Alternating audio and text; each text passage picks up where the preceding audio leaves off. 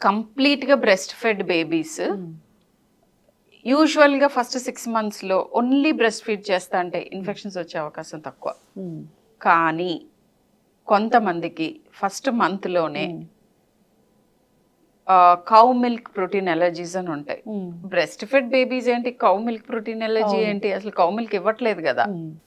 Mother తాగే milk products, use చేసే milk ప్రోడక్ట్స్లో కూడా కౌ మిల్క్ ప్రోటీన్ ఉండి అది బ్రెస్ట్ మిల్క్లోంచి పాస్ అయ్యి బేబీకి ఇబ్బందులు కాజ్ చేయవచ్చు. ఆర్ ఇప్పుడు చెప్పినట్టుగా formula is made from cow and buffalo milk, దాంతో అవ్వచ్చు. డైరెక్ట్గా కొంతమంది కౌ బఫ్లో మిల్క్ పడుతూ ఉంటారు బిలో 1 year. సో ఇలా ఏదైనా కూడా ఫుడ్ ఇంటాలరెన్స్, అది food allergies, milk protein allergies లేదా sugar allergies, milk sugar allergies ఇట్లా ఉన్నా కూడా విపరీతమైన వాంతులు రావచ్చు. ఆర్ కొన్నిసార్లు హైజీన్ సరిగ్గా ఉండదు, బ్రెస్ట్ ఫెడ్ అయ్యి ఉండొచ్చు, మదర్ హైజీన్ సరిగ్గా లేదనుకోండి, లేదా ఐ మీన్ సో ఇలా జరిగినప్పుడు కూడా కొన్నిసార్లు ఇన్ఫెక్షన్స్ ఎవ్రీ టైం క్లీన్ చేసి మాత్రమే బ్రెస్ట్ ఫీడ్ చేయాలి. నార్మల్ వాటర్ అంటే if you are bathing twice a day పెద్దగా అక్కర్లేదు. మదర్ ఫ్లోరా అంతా బాగానే ఉంటుంది. విపరీతమైన చెమటలు పట్టేసి ఆవిడ చాలా మాన్యువల్ లేబర్ చేసి చాలా పనులు చేసేసి ఆవిడైతే కనుక you better just clean the breast అంతే, సింపుల్ వాటర్తో, డోంట్ ఓవర్గా క్లీన్ చేయక్కర్లేదు. So that is it. చేతులు కడుక్కోవటం మనం ఏదన్నా పని చేసినప్పుడు, ఎందుకంటే బేబీని హోల్డ్ చేస్తారు, బేబీని ముద్దులు పెడతారు, బేబీని ముట్టుకుంటారు, ఇవన్నీ చేయాలి. ఐ మీన్ బాండింగ్ ఉండాలి, బట్ హైజీన్ మెయింటైన్ చేయాలి. So again coming back to వాంతులు during, so first below 2 years ఉన్న పిల్లలకి వాంతులు విరోచనాలు కొంచెం ఎక్కువగా అనిపిస్తే, డీలా పడిపోతున్నట్టుగా జ్వరంతో పాటు వస్తూ, లేదా రక్తపు వాంతుల రక్తం వస్తే of course that's an emergency. మోషన్స్లో రక్తం వచ్చినా కూడా it is important with in the next couple of hours or 24 hours you have to see the doctor దగ్గరికి వెళ్ళాలి. So and very high temperatures వస్తున్నా కానీ ఇవన్నీ యూజువల్గా విపరీతమైన కడుపులో నొప్పి, అలల్లాడిపోతారు. సో అలా జరిగితే కనుక ఈ ఫీచర్స్ ఏమున్నా కానీ తొందరగా డాక్టర్ దగ్గరికి వెళ్ళాలి.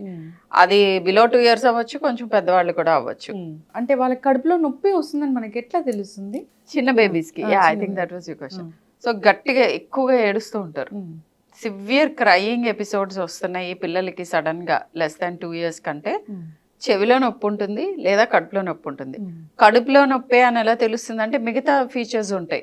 ఏంటి, వాంతులన్నా చేస్తూ ఉంటారు, విరోచనాలన్నా చేస్తూ ఉంటారు, లాట్ ఆఫ్ గ్యాస్ పాస్ చేస్తూ ఉంటారు. సో ఇవి ఏవి జరిగినా ప్లస్ ఎక్సెసివ్ క్రయింగ్ ఉంది అంటే మోస్ట్లీ కడుపు, ఇంటెస్టైన్.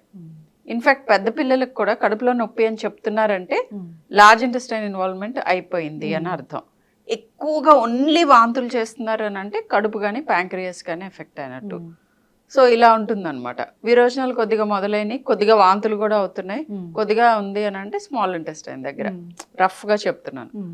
సో వీటిల్లో ఏమి జరిగినా కానీ ఎక్కువగా రిపిటేటివ్గా జరుగుతుంటే yes you have to go to the hospital. జనరల్గానే ఏదైనా కానీ పిల్లలకి వామిటింగ్స్ అవుతున్నాయి అనుకోండి, లేదా వామిటింగ్స్, మోషన్స్ ఇలా అవుతూ ఉంటే అంటే దానికి ఏమైనా కౌంట్ ఉంటుందా? ఇన్ని అయ్యాక డాక్టర్ దగ్గర తీసుకెళ్ళాలి, సో సీరియస్ ప్రాబ్లం ఇది అని ఏమన్నా ఉంటుందా? Very valid and beautiful question. ఎందుకంటే మీరు అనేది మా భాషలో మేము రెడ్ ఫ్లాగ్ అంటాం. అంటే రెడ్ ఫ్లాగ్ ఏంటి, వాంతి చేసిన ప్రతిసారి పరిగెత్తుకుంటా హాస్పిటల్కి వెళ్ళాలా, లూజ్ మోషన్స్ 1-2 అవ్వగానే భయపడాలా, నాట్ నీడెడ్. కానీ ఎప్పుడు అలా జరుగుతుంది అని అంటే వాంతులు కంటిన్యూస్గా మనం ఫుడ్ కొన్నిసార్లు అసలు ఫుడ్ పెట్టక్కర్లేదు, స్పాంటేనియస్గా వామిట్ చేస్తూ ఉంటారు. అలాంటి 2-3 అవ్వగానే you have to go to the hospital. Food తిన్నప్పుడే వాంతి చేస్తున్నారు, బిలో 2 years వాళ్ళు 2-3 వాంతుల తర్వాత కూడా డిహైడ్రేట్ అయ్యే అవకాశం ఉంటుంది. బిలో 6 months వాళ్ళు ఇంకా తొందరగా. సో పెద్ద పెద్ద వాంతులు 2-3-4 అవ్వగానే you have to get alert.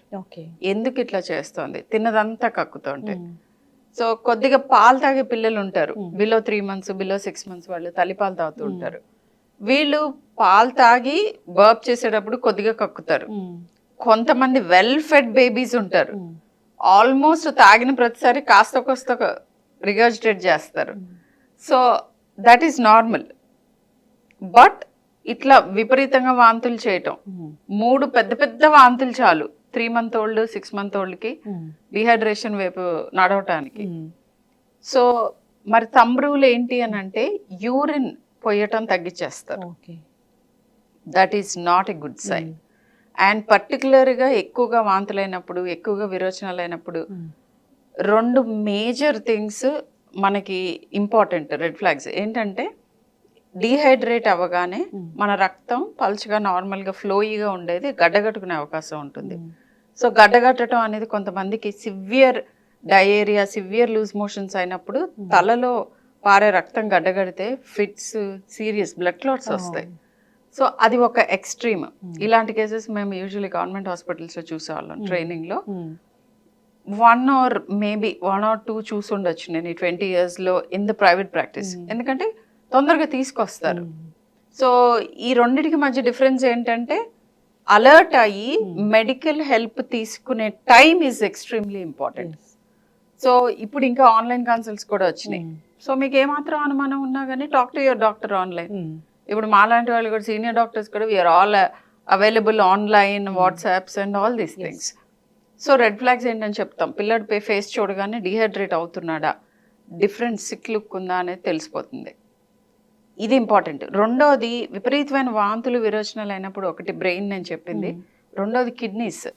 మనకి బాడీలో ద్రవ పదార్థాలు తగ్గిపోగానే కిడ్నీకి కావాల్సింది ఏంటి, దాని ఫంక్షనింగ్కి కావాల్సింది ఫ్లూయిడ్, రక్తం మంచిగా వెళ్తూ ఉండాలి, దాంట్లో నుంచి మలినాలు తీసుకుంటుండాలి, మిగతాది యూరిన్ బయటకు పాస్ చేస్తూ ఉంటుంది, మనకు కావాల్సినవి ఉంచేస్తుంది, మిగతాది యూరిన్ ప్రొడ్యూస్ చేస్తుంది.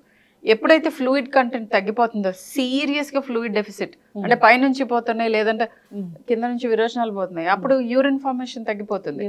సివియర్గా తగ్గిపోయినప్పుడు కిడ్నీ షట్ డౌన్ అవుతుంది. సో ఇది కూడా ఇంపార్టెంట్.